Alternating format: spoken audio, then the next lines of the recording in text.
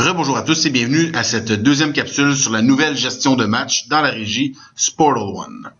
Premièrement, pour entrer des buts, vous cliquez sur l'onglet Buts et vous serez redirigé vers cette page. Donc, pour entrer les buts, c'est très simple. Vous allez voir dans la liste sur la gauche le numéro du joueur. Donc, supposons qu'on a un but de Bergeron assisté de Prévost et Perron.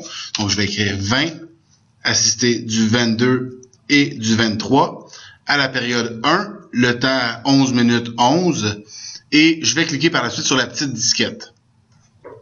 C'est important de savoir que supposons que le numéro du joueur Bergeron serait 8, il faudrait marquer 08. Donc, toujours marquer les deux chiffres du numéro.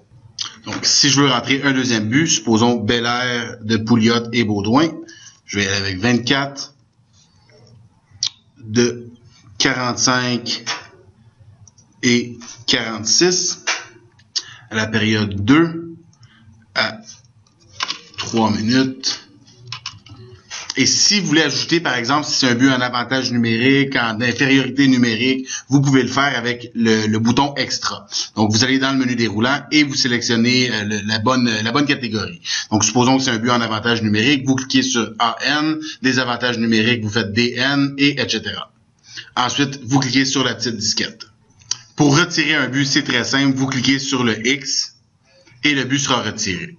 Ce qui est important de savoir, c'est que pour pouvoir ajouter un but à la fiche d'un joueur, le joueur doit absolument avoir un numéro. Donc, supposons que si je voulais ajouter un but à ce joueur-là et qu'il n'y a pas de numéro, je ne pourrais pas le faire. Donc, au besoin, vous pouvez créer des numéros pour chacun des joueurs pour que les statistiques soient compilées à leur dossier. Pour modifier les informations d'un but, vous pouvez le faire directement ici. Donc, supposons que c'est pas le numéro 22 qui a eu une passe, mais bien le numéro 55. Je vais mettre 55, puis je reclique sur la petite disquette. Ensuite, si vous voulez ajouter les buts de l'autre côté, c'est le même principe. Donc, supposons que je vais avoir le 87 du 90 à la période numéro 1 à 12 minutes. Encore une fois, je pèse sur la petite disquette.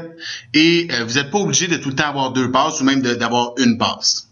Une fois que vous avez entré les buts, voici comment entrer les pénalités. Donc, vous cliquez sur l'onglet Pénalités. Et c'est encore une fois le même principe que les buts. Donc, vous allez entrer le numéro du joueur, donc supposons le 23. Et pour ce qui est code, vous avez deux options. Donc, soit vous pouvez commencer à écrire le mot, donc supposons pour accrocher, et vous aurez la liste des punitions qui vont sortir. C'est la liste de Hockey Québec qui est là par défaut. Ou sinon, vous pouvez entrer le code. Donc, supposons on va écrire A43 ou peu importe. Et vous allez pouvoir avoir la liste, encore une fois, des codes de Hockey Québec. Donc, supposons que la punition du numéro 23, c'est pour accrocher. Je clique A52. Je donne la période, donc ça va arriver en deuxième période à 13 minutes. Puis, je clique sur la petite disquette.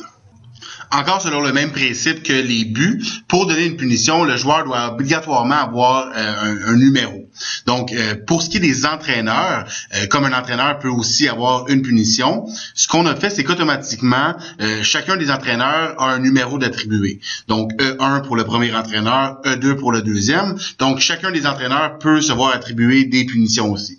Donc, supposons que le coach Marchand aurait une punition. Je vais écrire E1. Supposons que c'est un abus verbal. Je clique ici. C'est arrivé en troisième période à 10 minutes. Et je clique encore une fois sur la disquette. Une fois que vous avez terminé d'attitrer les pénalités au bon joueur, vous pouvez passer à la section gardien. Donc, vous cliquez sur gardien. Et vous pourrez jouer avec les statistiques des gardiens. Donc, compter le nombre de lancers reçus par période, les nombres de buts accordés, le temps de jeu que le gardien auquel le gardien a participé.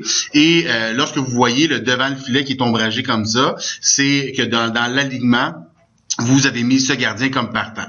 Par contre, s'il y a plusieurs gardiens sur l'alignement, vous pouvez interchanger le gardien. Vous avez donc simplement à aller cliquer sur devant le filet ici pour changer le gardien. Donc, supposons, je peux dire, il a reçu 10 lancers. Ici, il en a reçu 4. Et ici, il en a reçu 8. Donc, ces éléments vous permettent de compiler les statistiques des gardiens de but. Donc, les moyennes, le nombre de tirs reçus, etc. Donc, une fois que vous avez entré les informations, vous cliquez sur « Sauvegarder ».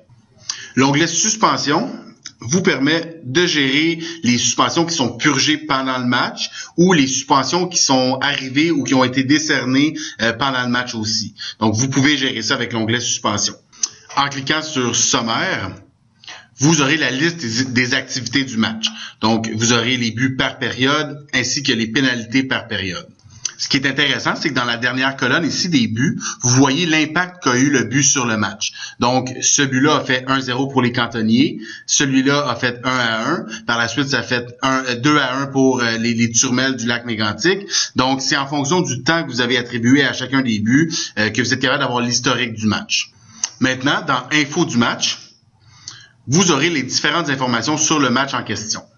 Vous aurez donc la date et l'heure du match, l'endroit, la ligue ou l'organisation, les équipes qui vont s'affronter, et vous pourrez aussi entrer les étoiles ou l'étoile selon les paramétrages de saison que vous aurez établis préalablement dans le système Sportal One. Et finalement, dans l'onglet Stats avancées, vous pouvez entrer les statistiques avancées pour chacun des joueurs. Donc, supposons dire le nombre de tirs que le joueur a eu dans la partie, le nombre de mises en jeu gagnées, nombre de mises en jeu perdues, pour compiler encore une fois les statistiques avancées. Une fois que c'est terminé, vous avez entré toutes les informations que vous vouliez entrer, vous cliquez sur sauvegarder, puis vous pouvez maintenant fermer le match. Donc, vous cliquez sur compléter le match.